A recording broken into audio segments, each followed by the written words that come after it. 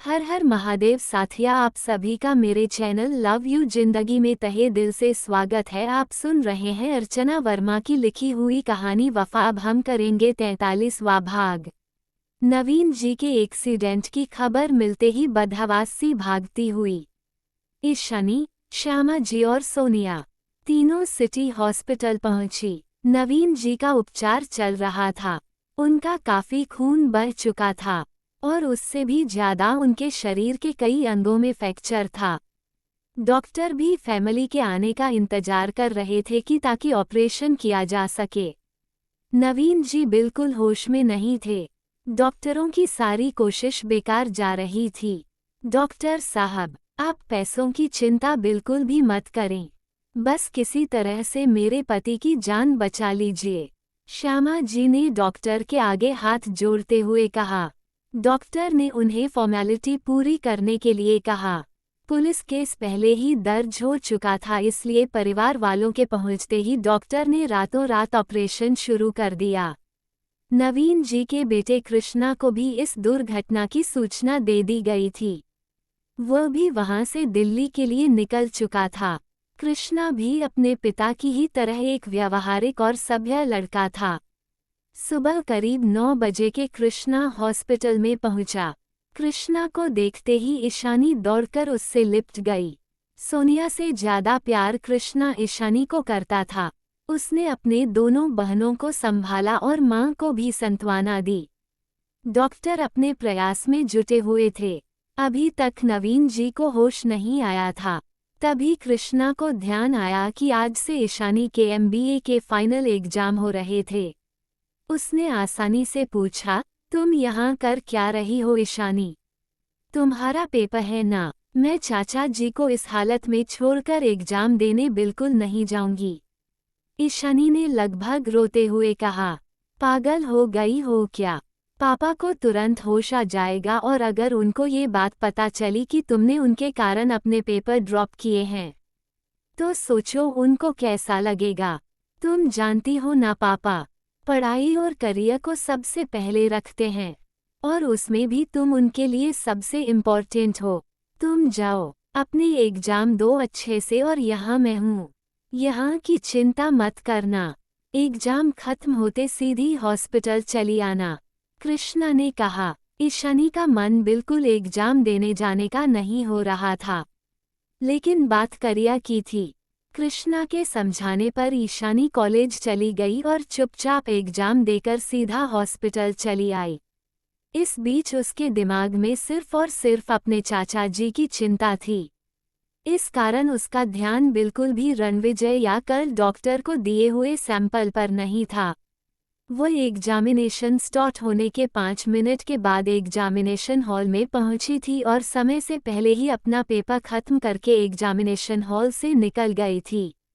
ऐसे में उसकी मुलाकात रणविजय से नहीं हुई थी, जो कि पागलों की तरह एग्जामिनेशन हॉल में एग्जाम के पहले ईशानी को वहां खोज रहा था और एग्जामिनेशन खत्म होने के बाद भी अभी तक कॉलेज में ही भटक रहा था। क्या हुआ, रणविजय घर नहीं जाना है क्या? आदित्य ने रणविजय को मेन गेट के बाहर खड़े देखकर पूछा। लगभग सारे स्टूडेंट जा चुके थे, लेकिन रणविजय अभी भी ईशानी के निकलने का इंतजार कर रहा था। नहीं यार, मुझे जाना है घर, पर मैं ईशानी से मिलना चाहता हूँ, रणविजय ने अपने गेट पर से निकलती हुई लड़कियों पर नजर जमाए हुए कहा। पर ईशानी उनमें कहीं नहीं थी। पर आज रणविजय को इस तरह से अपनी और अटेंशन देता हुआ देखकर इन लड़कियों की बल्ले बल्ले हो गई थी, जिस चीज को आदित्य और नव्या भी नोटिस कर रहे थे। तू जा रणविजय के पास, मैं ईशानी का पता लगाती हूँ, वरना ये सारी लड़कियां आज के आज मेरे भाई को आंखों से ही खा जाएंगी। इस लड़के को भी थोड़ा ध्यान नहीं है। अगर अभी ईशानी रहती ना तो इसके दिमाग ठिकाने लगा दी रहती। नव्या ने आदित्य को रणविजय के पास जाने के लिए कहा। अगर ईशानी रहती तो इसे इस तरह से गेट पर खड़े होकर लड़कियों को ताड़ने की क्या जरूरत पड़ती। तू जल्दी से ईशानी को फोन कर, उसका पेपर अभी तक खत्म नहीं हुआ क्या? पता नहीं ये स्कॉलर कितना पढ़ती और लिखती है कि पूरा कॉलेज एग्जाम देकर चला गया, लेकिन इसके पेपर अभी तक खत्म नहीं हुए। जल्दी से बोल उसे आने के लिए, वरना उसका यह आशिक यही धूप में खड़े खड़े मर जाएगा और साथ में हमें भी फ्राई कर देगा। आदित्य ने नव्या को मारते हुए कहा, देख मार मत, वरना फिर मैं कह दूंगी ईशानी से, अच्छी क्लास लगा देगी तेरी। नव्या ने धमकाया। बाप रे बाप, यह ईशानी तो अधिराज सिंह राठौर से भी बड़ी तोप बन गई है। गलती हो गई मेरी माँ, आज के बाद मारना तो दूर, तुझे हाथ भी नहीं लगाऊंगा, बस इस बार इस मासूम बच्चे को माफ कर दे, कहकर आदित्य रणविजय की तरफ बढ़ गया और नव्या ईशानी को फोन लगाने लगी, लेकिन ईशानी का फोन बंद था।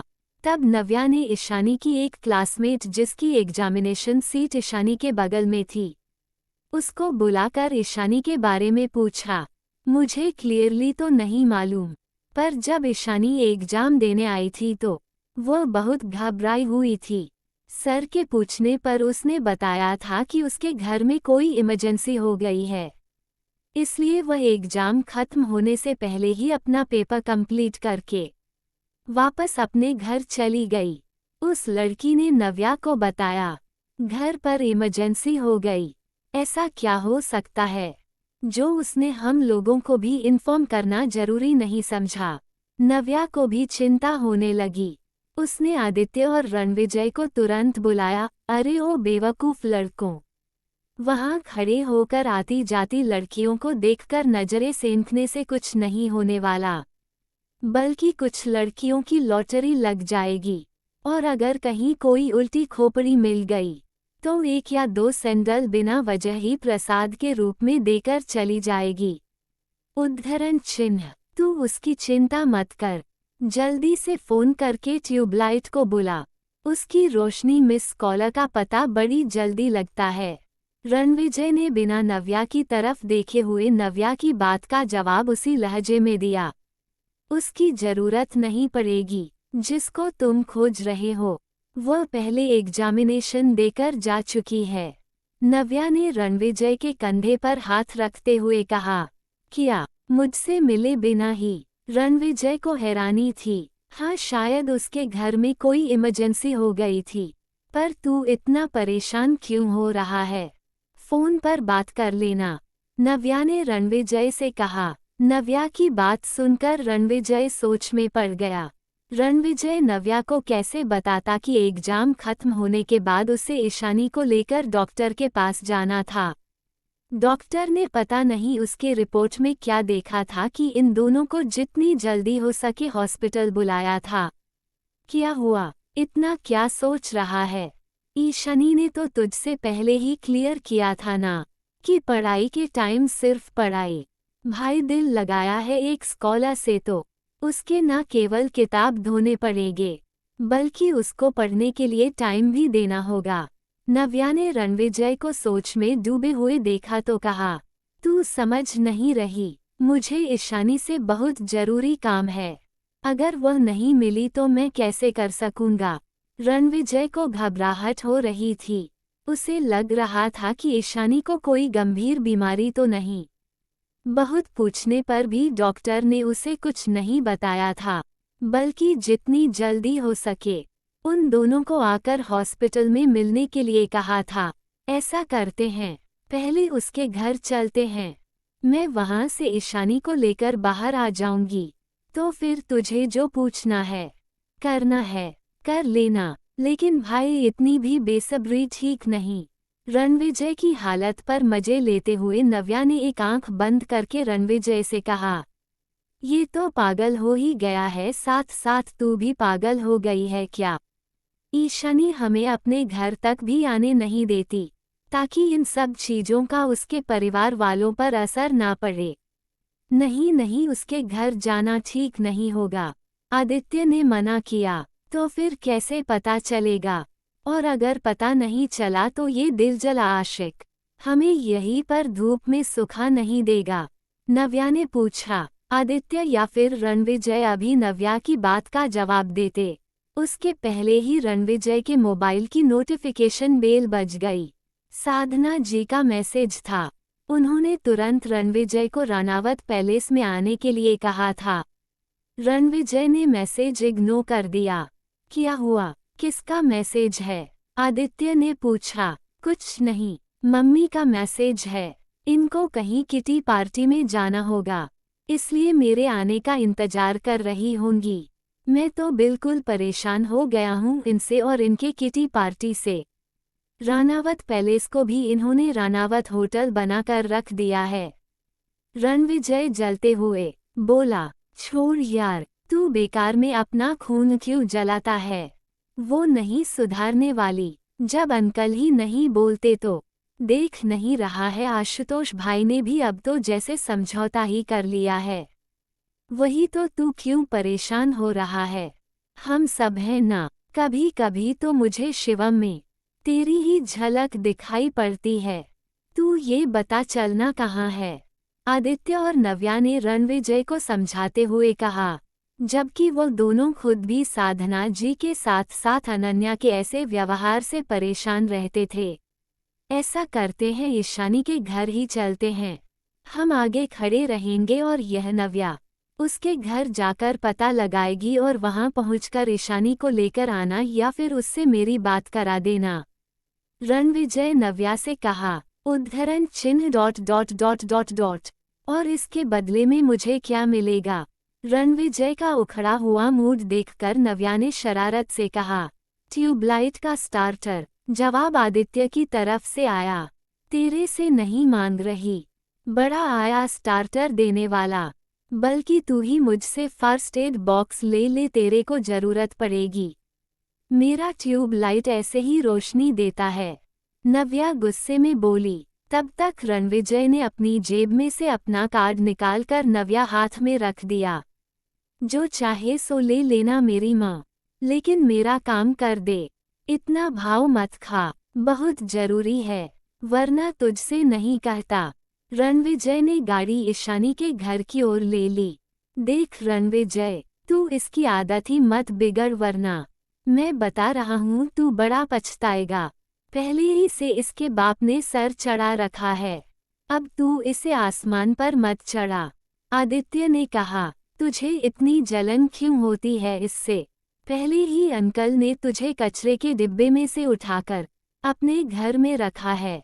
मैं और आशुतोष भाई तुझे अपना भाई मानते हैं और अपनी इतनी महंगी गाड़ी में रोज लिफ्ट देते हैं। इतना क्या कम है जो तू हमारी इकलौती बहन की बराबरी करना चाहता है? रणविजय ने मुस्कुराते हुए आदित्य से कहा, तुम दोनों से तो बोलना ही बेकार है, भाड़ में जाओ दोनों। आदित्य ने अपना चेहरा खिड़की की तरफ घुमा लिया। उसकी इस हरकत पर रणविजय और नव्या मुस्कुरा दिए। रणविजय ने गाड़ी मेन रोड पर ही लगा दी थी। नव्या वहां से उतरकर ईशानी के घर चली गई। वहां पहुंचने पर ईशानी को गेट पर बड़ा सा ताला लगा हुआ दिखाई पड़ा। उसने आस पड़ोस की औरतों से पूछा। वहां उसे पता चला कि कल रात से ही ईशानी के घर पर कोई नहीं है। उसके चाचा जी का एक्सीडेंट हुआ और सब लोग इस वक्त सिटी हॉस्पिटल में हैं। इतना सुनकर नव्या दौड़ती भागती रणविजय के पास आई।